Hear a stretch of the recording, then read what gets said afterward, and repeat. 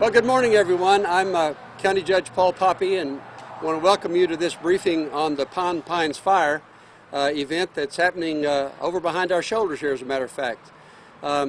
We have with us this morning several representatives from Texas Forest Service, Texas Parks and Wildlife, Bastrop County, and the City of Smithfield. So we're here to give you a little briefing on what's going on with this fire event, and answer a few questions if we can at the end. As you probably know, mid-afternoon yesterday we got a report of an ignition out here in a pretty remote area of eastern Bastrop County, and immediate response indicated that the fire was spreading pretty quickly. This is an area that was north of the Hidden Pines fire from years ago, and it's in some pretty rough country with a lot of fuel on the ground. And of course, you all know about our climatic conditions right now and how quickly wildfire can get out of hand. There were some evacuations yesterday. We'll talk more about that in a minute, but we just wanted the public to know that there is a huge response to this fire. I learned this morning that there are over 150 staff members on site this morning representing many agencies of the Texas Interstate Mutual Fire Mutual Aid System and the TIFMAS, and they are doing a great job in getting fire boundaries cut around the fire and preparing to fight whatever Mother Nature throws at us today during the burn window. So at this time I'd like to call Walter Frocke to come. He's with Texas Forest Service. He'll give you a briefing on their activities, and then we'll have Rich Gray come, who is also with Texas Forest Service. He's our operations manager out here. He will tell us about fire operations, and then we'll take some questions later on. I am pleased to say that because of the conditions last night, we were able to allow most everybody to go back to their home overnight. Power had been restored, and the fire was pretty dormant last night, and with no wind to push it around. And so everyone was able to at least check their homes, check their pets, and make sure that things were good there. But we're cautious about that because we know that as the day heats up and the wind gets to blowing, things can change quickly. So let's be careful about that and not get ahead of ourselves. All right, Walter, if you'd like to come and talk a little bit about Forest Service activity. Thank you, Judge. Good morning. Walter, W-A-L-T-E-R, Flocke, F-L-O-C-K-E, Public Information Officer, Texas A&M Forest Service. The Pine Pond Fire is currently estimated at 320 acres and is 10% contained. Right now, as Judge said, we have around 150 personnel on scene. Currently, the cause is unknown, as our crews are currently still engaged in firefighting operations. We will know more about the cause in the coming days.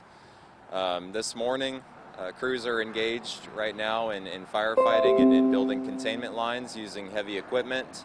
We also have aircraft arriving on scene shortly. That includes a air attack reconnaissance plane, 2 Black Hawk helicopters from the National Guard, 1 large helicopter based in College Station, as well as our large air tanker and our very large air tanker, which we are going to use to build retardant lines along the edges of the fire that do not have any dozer lines constructed yet, and basically give us some time to get in there with our ground resources and build those containment lines and make sure that we're keeping the rate of spread of this fire as slow as possible. This morning, fire activity has been low to moderate, and we're seeing, still seeing some smoke, but we had some good humidity recovery overnight, so that helped keep our fire activity lower. Our main concern for this afternoon is the possibility of thunderstorms building up in the early afternoon. If those thunderstorms build up, we could have outflow winds basically blowing in any direction. So that's our primary concern and why we're spending so much time working on those containment lines this morning and making sure that we're prepared for that. Rich? I'll turn it over to Rich Gray. Good morning, everyone. Richard Gray with Texas A&M Forest Service. I'm our Operations Section Chief on this incident. To kind of recap how we got here today, yesterday we had the ignition around 3:30. Had a very aggressive initial attack response from all the agencies in Bastrop County, along with Texas A&M Forest Service and Texas Parks and Wildlife. As Walter mentioned, those thunderstorms had built up yesterday, and we had outflow winds which pushed the fire into some very receptive fuel loads.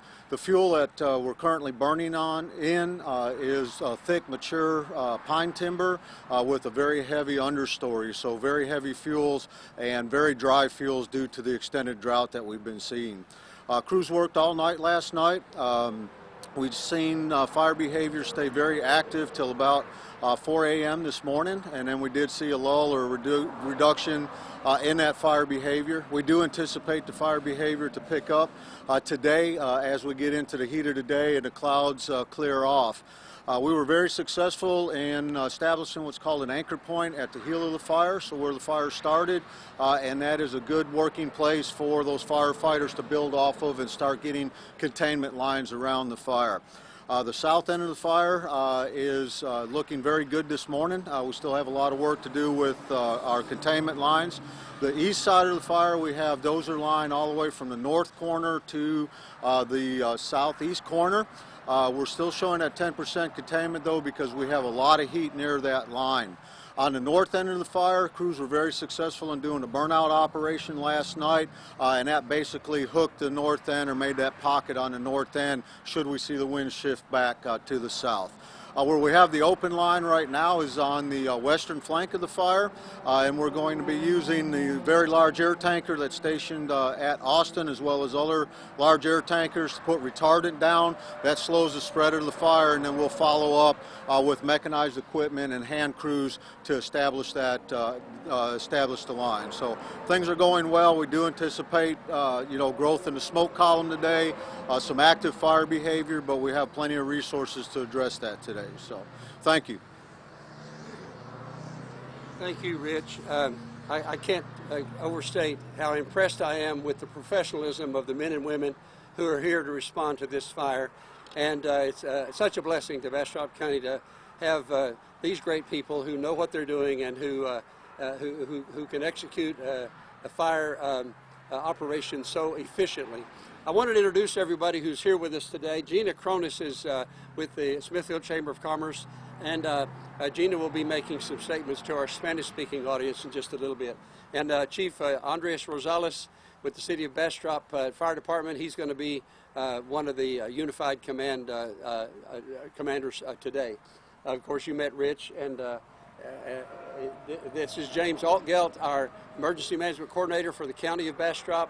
Standing next to him is Commissioner Clara Beckett, Precinct 2 Commissioner for Bastrop County, and a veteran when it comes to fighting wildfires in this part of the county. And then also we have Chief Lucas with the Heart of Pines Fire Department out here on Highway 71, a very good volunteer fire department to support us in this operation. And then finally Brent from the Texas Division of Emergency Management, here representing NIMKID and the entire staff of TEDM when it comes to responding to these disasters. I just wanted to again say to the public, be patient with us on this. Let us fight this fire and get control of it, and then it will be safe to return to your homes. These firefighters are doing everything they can to protect your property and your lives. And let's honor that by staying away until the event is over and we can get everybody back home safely. This time we might take a few questions. If anybody has anything that would be of general interest to the audience, let's. What would anybody like to say? Yes. Judge, happy you were talking about be patient with us for folks to get back home, but some people have already returned home after last night's evacuation. Right. We were able to allow people to come home late last night because, as I said, the fire activity slowed down with the calm winds and the higher humidities overnight. But again, be aware that we never know what curveball Mother Nature's going to throw at us, right? and the winds can blow in any direction pretty much at any time when it's 100 degrees in the afternoon. So we're just asking people to be light on their feet, to be prepared to make a move. We're going to let people come back in as much as we can, but we're not going to let anybody be unsafe about it. So it'll work itself out in due time. Right. Any other questions? You Yes? have an estimated number of how many people were allowed back and then left? Like, Yeah. how many houses? Do we have any details about that? How many were evacuated? How many were let back in? Roughly, we had roughly about 10 residences that were evacuated last night. We have let everybody pretty much back in. Some people have decided to not return or stay in shelters. I think we had two that decided to stay in a shelter overnight that didn't return. But pretty much that small area, it's pretty densely populated, and so it's probably about 10 structures, roughly, give or take. It's hard to determine exactly because some of them are abandoned or open. So, What's that shelter? the shelter, James? So the shelter program that we did is we utilized vouchers on mutual aid agreements that we had to put families in hotel rooms. Bastrop County Long-Term Recovery Team is responsible for that. The city of Smithville also stepped up and assisted us with shelters. But based on the rapid changing events last night, we also had the city of Smithville had their shelter open on a temporary basis in case we exceeded the allotment of hotel rooms that we had. Luckily, we did not have to use the shelter, and we were able to demobilize that. And last night, like Chief Rosales said, we had one family of one stay in one hotel, and we had one family of four stay in another hotels.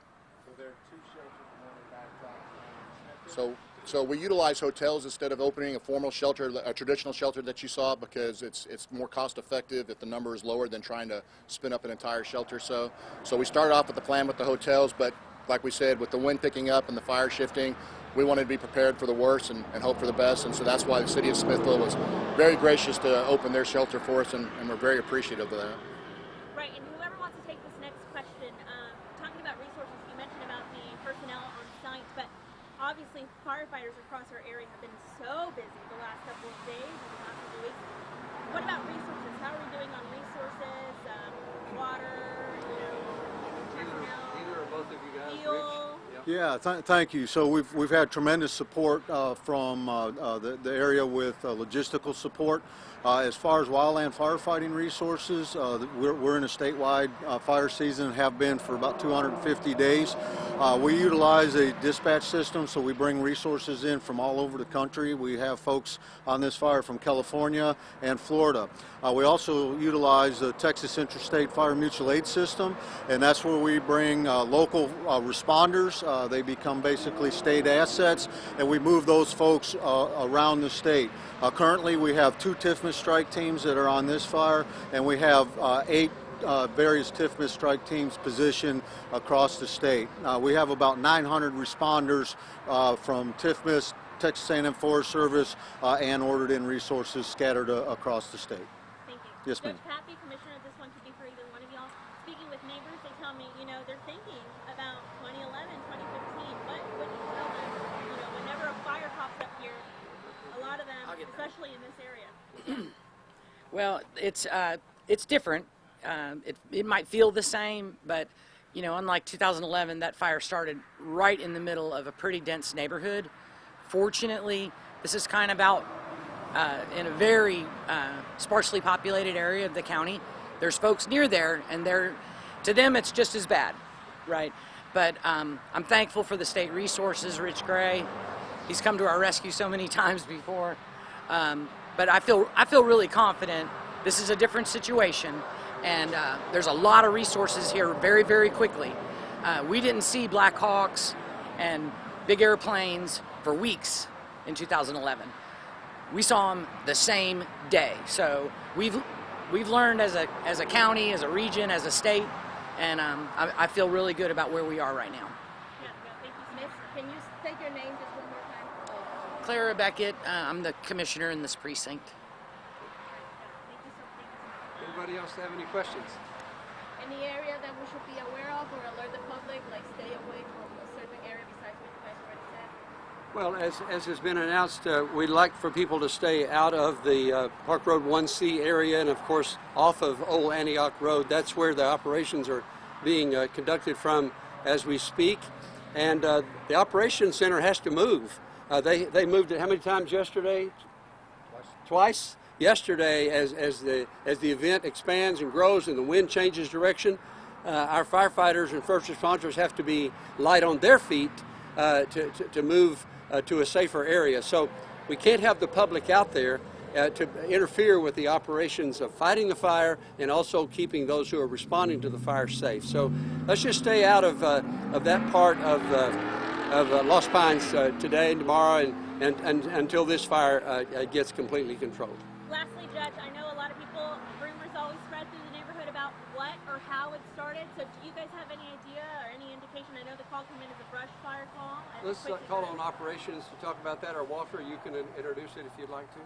The cause is just listed as unknown right now. It's under investigation, and that's all we really know at this time. We could speculate, but no, we don't have a specific location, you know, just the area where it was at off of Old Antioch Road. But at this time, there's no known cause, and we'll be releasing that, you know, as soon as we know it in the coming days. But right now, you know, it's within the fire perimeter. Our crews are all engaged in firefighting, and we don't know the exact cause until we have the time to put some resources in that area to investigate, to look on the ground and see what happened. Can you again just outline the area of concern here, where this fire is, the location of it? Maybe Andreas could address that. We're more familiar with the local. Yes, so pretty much Old Antioch from the southern border will be, currently there's a roadblock at Tall Forest Drive, Tall Forest Drive. There's a roadblock there that's as far coming from the south going north that you can go.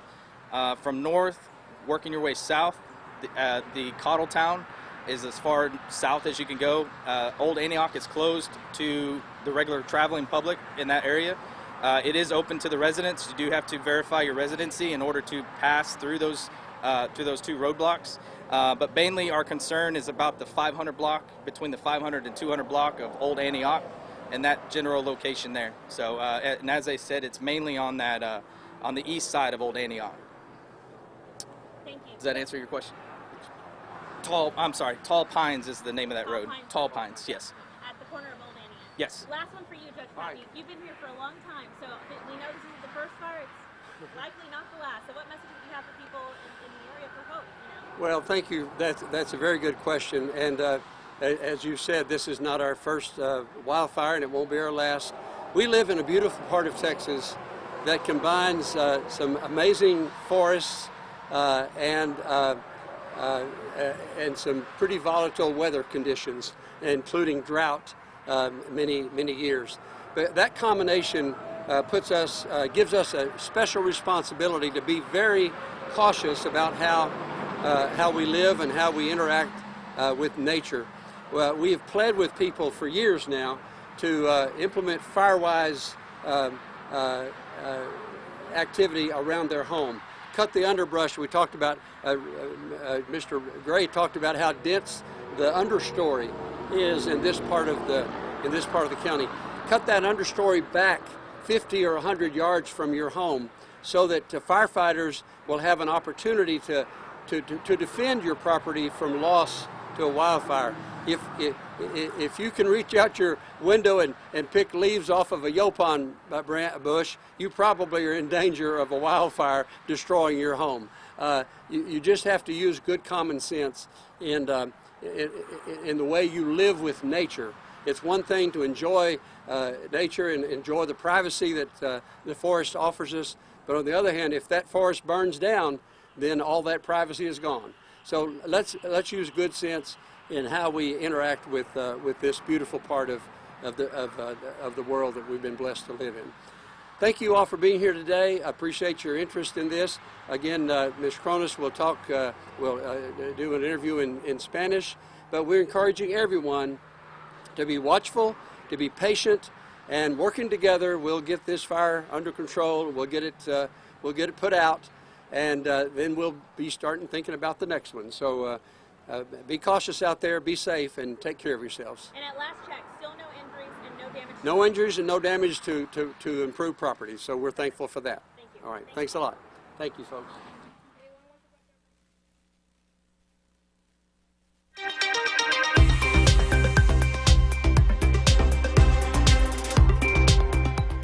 Thanks for sticking with us here on KXAN Live. I'm Will Dupree coming to you from the KXAN Live studio. We just received an update there about the pine fire.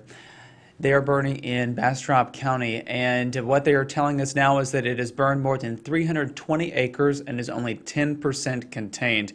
What they said is that overnight and early this morning, conditions improved so that there wasn't as much wind that could feed the fire and cause it to spread more. However, they are worried about those conditions picking up again later this afternoon when the clouds burn off, when the sun is a little bit hotter and those temperatures climb a little bit higher. So we will of course keep monitoring this. Here's video that we've shot previously about the response, and you can see the orange glow of the flames in some of this video, but what we're hearing is that there is no cause at this time to determine what started this fire burning there in Bastrop County, but that will be a part of the investigation moving forward.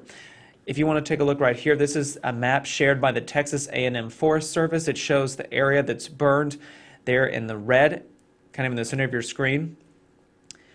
If any updates are shared about where the mapping is at this point, we will put that out there, so please stay with us here on KXAN.com and on KXAN News mobile app that you can download onto your smartphone if you can.